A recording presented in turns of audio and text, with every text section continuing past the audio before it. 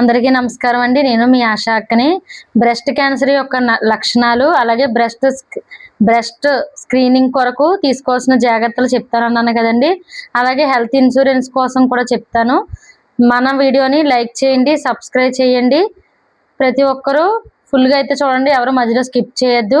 Breast cancer యొక్క లక్షణాలు అయితే ముందుగా మనం తెలుసుకుందామండి.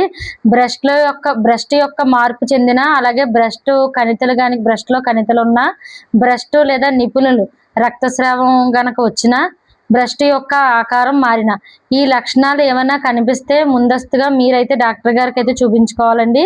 ఇది క్యాన్సర్ లక్షణాలు అవ్వండొచ్చు. మీరైతే డాక్టర్ గారిని సంప్రదించాలి. అలాగే సర్వైకల్ క్యాన్సర్కి సంబంధించి కూడా ఎక్కువ బ్లీడింగ్ అయినా, అలాగే వైట్ డిశ్చార్జ్ ఎక్కువగా అవుతున్నా ఏదో మెడిసిన్ తీసుకొచ్చి అయితే వేసుకుని అయితే ఉండకూడదండి. మనం ఏదైనా హెల్త్ ప్రాబ్లం వచ్చినప్పుడు డాక్టర్ గారిని అయితే సంప్రదించాలి. మెడికల్ షాప్లో ఎప్పుడు కూడా మందులు తీసుకొచ్చి ఒక 2 రోజులు లేదా 4 రోజులు తగ్గిపోద్దులే కదా అని అది తగ్గేంత వరకు ఉండి తర్వాత మనం వెళ్ళకూడదండి. మనం ఎప్పుడూ కూడా ఏ చిన్న సమస్య వచ్చినా హెల్త్ పరంగా హాస్పిటల్కి అయితే వెళ్ళి చూపించుకోవాలి. మన ఆరోగ్యం మన చేతుల్లోనే ఉంది. మనం బాగుంటే మన కుటుంబం కూడా బాగుంటుందండి. అందుకని ప్రతి ఒక్కరూ కూడా హెల్త్ ప్రాబ్లం ఏదైనా వస్తే వెంటనే హాస్పిటల్కి వెళ్ళాలి. ఇంటి దగ్గర అయితే మెడిసిన్ వేసుకొని ఉండకూడదు. బ్రెస్ట్ లక్షణాలు అయితే నేను చెప్పాను కదండి. బ్రెస్ట్ స్క్రీనింగ్ కొరకు తీసుకోవాల్సిన జాగ్రత్తలు ఏంటో కూడా నేను మీకు చెప్తాను. మ్యామోగ్రామ్ టెస్ట్ అన్నది చేయించుకోవాలండి. మ్యామోగ్రామ్ టెస్ట్ చేయించుకోవడం వల్ల క్యాన్సర్ లక్షణాలు ఏమైనా ఉంటే ఇవి ముందుగా అయితే గుర్తించవచ్చండి. అలాగే సమయానుసారంగా మనం స్క్రీనింగ్ అయితే మనం చేసుకోవచ్చండి. ప్రతి ఒక్కరూ కూడా స్నానం చేసిన తర్వాత అయినా సరే అద్దం దగ్గరికి వెళ్ళి మనం ఈ చెయ్యి అయితే పైకి అన్నది తీసుకొని ఇక్కడ చంకలోంచి అన్నది ఇలా చూసుకుంటూ మనం గడ్డలకంతా ఏమైనా కణితులు తగులుతున్నాయి అన్నది మనం బ్రెస్ట్ అన్నది చూసుకోవాలండి. ఇలా చూసుకోవడం వల్ల ఏదైనా కణితుల్లాగా గడ్డల్లాగా ఏదైనా తగిలినట్టు అనిపిస్తే డాక్టర్ గారిని మనం సంప్రదించాలి. అలాగే హెల్త్ ఇన్సూరెన్స్ అన్నది చెప్పాను కదండి. ఇది పోస్ట్ ఆఫీస్లో అయితే చేస్తున్నారు. మీ ఊర్లో పోస్ట్ ఆఫీస్లో మీరు అడగండి. ఇది క్యాన్సర్కి సంబంధించి హెల్త్ ఇన్సూరెన్స్ చేస్తున్నారండి. ముందుగా అయితే 400 అన్నది తీసుకుంటున్నారు. హెల్త్ ఇన్సూరెన్స్కి 400 తీసుకుని హెల్త్ ఇన్సూరెన్స్ అన్నది చేస్తారండి. మీ ఆధార్ కార్డు అవి పట్టుకెళ్తే హెల్త్ ఇన్సూరెన్స్ చేస్తారు. ఇది ప్రతి సంవత్సరం మీరు రెన్యూల్ చేయించుకోవాలండి. ప్రతి సంవత్సరం మీరు 400 కట్టి మళ్ళీ రెన్యూల్ చేయించుకోవాలి.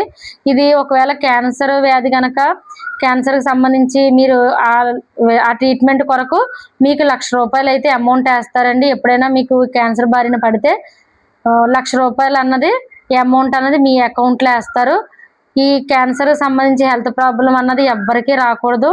ఈ హెల్త్ ఇన్సూరెన్స్ కూడా మనకు ఉపయోగపడకుండా ఉండాలి అని అంటే మనం ముందస్తు జాగ్రత్త తీసుకోవాలి. బ్రెస్ట్ స్క్రీనింగ్ కొరకు తీసుకోవాల్సిన జాగ్రత్తలు మనం తీసుకోవాలి. ఆ బ్రెస్ట్ క్యాన్సర్కి సంబంధించి ఒక లక్షణాలు కూడా మనలో ఏదైనా ఉంటే సిమ్టమ్స్ మనం చూసుకుంటూ ఉండాలండి ఎప్పటికప్పుడు. ఇవన్నీ చూసుకోవడం వల్ల ముందుగా అయితే బ్రెస్ట్ క్యాన్సర్ రాకుండా మనల్ని మనం కాపాడుకోవచ్చు. ఇటువంటి లక్షణాలు ఏదైనా కనిపిస్తే మీరైతే మీ దగ్గరలో ఉన్న గవర్నమెంట్ హాస్పిటల్కి అయితే వెళ్ళండి. ప్రతి ఒక్క టెస్ట్ గవర్నమెంట్ హాస్పిటల్ ఫ్రీ అండి. క్యాన్సర్కి సంబంధించి కూడా ట్రీట్మెంట్ కూడా సర్జరీ కూడా ఆరోగ్యశ్రీలోనే చేస్తారు. క్యాన్సర్కి సంబంధించి కూడా మీరు డబ్బులు ఖర్చు పెట్టుకుని అన్నది చేయించుకోవాల్సిన అవసరం ఉండదు. ఇది పూర్తిగా గవర్నమెంట్లో అన్నది ఉచితం. అలాగే టెస్టులు కూడా ఉచితమేనండి. క్యాన్సర్కి సంబంధించి టెస్టులు ఉచితం. అలాగే ట్రీట్మెంట్ కూడా గవర్నమెంట్లోనే ఉచితంగా చేస్తారు. మీకు ఇవన్నీ కూడా తెలుసుకుంటారని నేను కోరుకుంటున్నాను. అలాగే మన ఛానల్ని లైక్ చేయండి, సబ్స్క్రైబ్ చేయండి. Thank you.